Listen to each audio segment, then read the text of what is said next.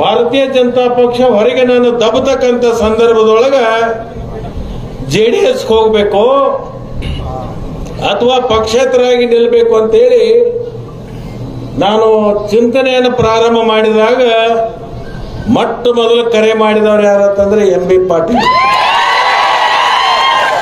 MB. Patil ನನಗೇನು ಹೇಳಿದ್ರು ಅಂದ್ರೆ, ನೀವು ಆ ಕಡೆ ಈ ಕಡೆ ಹೋಗೋಕ್ಕಿಂತಲೂ ಒಬ್ಬ ಒಳ್ಳೆಯ ಕಾರ್ಯಕರ್ತರಿದ್ದೀರಿ, ನಾನು ಒಳ್ಳೆಯ ಕಾರ್ಯಕರ್ತರಿದ್ದೀವಿ, ಒಟ್ಟಿಗೆ ಅದರ ಅಗಲ್ ಬಗಲ್ ಎರಡೂ ಸೇರಿಕೊಂಡು ಜೋಡೆತ್ತಾಗಿ ಈ ಭಾಗದೊಳಗೆ ನಾವು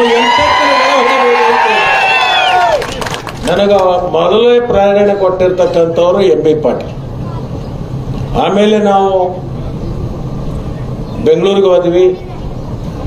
ಆಯ್ತು, ನಾಳೆ ಬೆಳಗ್ಗೆ ನಾನು ಸ್ವಲ್ಪ ಆಲೋಚನೆ ಮಾಡ್ಕೊಂಡು ವಾಪಸ್ ನಿಮಗೆ ಹೇಳ್ತೀವಂತ ಅವ್ರಿಗೆ ಹೇಳಿದ್ರೆ, ಪಾಪ ಎಂ.ಬಿ. ಪಾಟೀಲ್ ರಾತ್ರಿ 2 ಗಂಟೆಗೆ ತಮ್ಮ ಸ್ವಂತ ಕಾರಿನಲ್ಲಿ ಬೆಳತನಕ ಬೆಂಗಳೂರಿಗೆ ಬಂದ ಸಿದ್ದರಾಮಯ್ಯನವರಿಗೆ ಮತ್ತು ಸುರ್ಜೇವಾಲಾ ಅವರಿಗೆ, ಡಿ.ಕೆ. ಶಿವಕುಮಾರ್ ಅವರನ್ನ ಸಭೆಯನ್ನು ಆಯೋಜನೆ ಮಾಡಿಸಿ ನನ್ನನ್ನು ಕೂಡಿಸಿ ಪಕ್ಷಕ್ಕೆ ಅತ್ಯಂತ ಗೌರವದಿಂದ ನನ್ನನ್ನು ಬರಮಾಡಿಕೊಂಡು ನನಗೆ ಇವತ್ತು ಕಾಂಗ್ರೆಸ್ ಪಕ್ಷದ ಅಭ್ಯರ್ಥಿಯಾಗಿ ಚುನಾವಣೆಗೆ ಸ್ಪರ್ಧೆ ಮಾಡಲಿಕ್ಕೆ ಅವಕಾಶ ಸಿಕ್ಕಿರೋದು.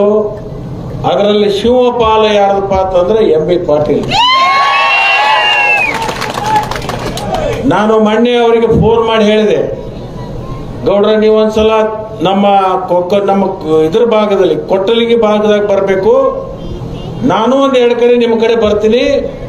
ಒಟ್ಟಾರೆ ಈ ಸಾರಿ ಕಾಂಗ್ರೆಸ್ ಪಕ್ಷ ಅಧಿಕಾರಕ್ಕೆ ಬರುತ್ತೆ. ಪ್ರತಿನಿತ್ಯ ಸೂರ್ಯ ಚಂದ್ರ ಹುಟ್ಟೋದು ಮುಳುಗೋದು ಎಷ್ಟ ಸತ್ಯನೋ, ಕರ್ನಾಟಕದಲ್ಲಿ ಕಾಂಗ್ರೆಸ್ ಪಕ್ಷ ಅಧಿಕಾರಕ್ಕೆ ಬರುವುದು ಅಷ್ಟೇ ಸತ್ಯ. ಇದಕ್ಕೆ ಕಾರಣ ಏನಂತಂದ್ರೆ ಬಿಜೆಪಿ ಅವರು ಮಾಡಿರ್ತಕ್ಕಂಥ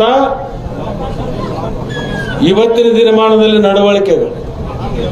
ಸುಮಾರು 37 ಜನ ಅದನ್ನ ಬಿಜೆಪಿಯನ್ನು ಬಿಟ್ಟು ಹೊರಗಡೆ ಬಂದರು.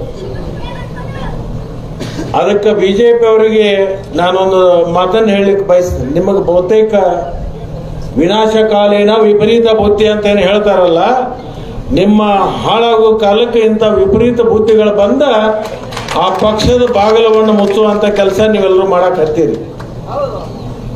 ಅದಕ್ಕೆ ಈ ಸರಿ ಬಿಜ್ಜರಿಗೆ ಅವರು ಇರ್ಬೋದು, ಈ ಭಾಗದಲ್ಲಿ ಇರ್ತಕ್ಕಂಥ ಒಟ್ಟಾರೆ ಕ್ಷೇತ್ರದ ನಿಮ್ಮ ಮಾತಿಗೆ ಬೆಲೆ ಕೊಡ್ತಕ್ಕಂಥ ಯಾರಿದ್ದಾರೆ, ನಿಮ್ಮ ಬಂಧುಗಳಿರ್ಬೋದು, ನಿಮ್ಮ ನೆಂಟರು ಇರ್ಬೋದು, ಅಥವಾ ನಿಮ್ಮ ಸಂಬಂಧಿಕರು ಇರ್ಬೋದು, ನಿಮ್ಮ ಗೆಳೆಯರು ಇರ್ಬೋದು, ಒಟ್ಟಾರೆ ನಿಮ್ಮ ಮಾತಿಗೆ ಬೆಲೆ ಕೊಡ್ತಕ್ಕಂಥ ಈ ಕ್ಷೇತ್ರದಲ್ಲಿ ಎಷ್ಟು ಜನ ಇದ್ದಾರೋ ನೀವೆಲ್ಲರೂ ಫೋನ್ ಮುಖಾಂತರ ಅವ್ರಿಗೆ ಹೇಳಿ ಈ ಸರಿ ಎಂ.ಬಿ. ಪಾಟೀಲ್ರನ್ನ ಆಯ್ಕೆ ಮಾಡಿ ಕಳಿಸಿದ್ರೆ ಬಹುಶಃ ಉತ್ತರ ಕರ್ನಾಟಕದೊಳಗ ಮತ್ತೊಂದು ಹೊಸ ಇತಿಹಾಸ ನಿರ್ಮಾಣ ಆಗ್ತದೆ ಅಂತ ಹೇಳಿ ಏನು ಒಡೆದ ಹೇಳ್ಬೇಕ ನಿಮಗೆ?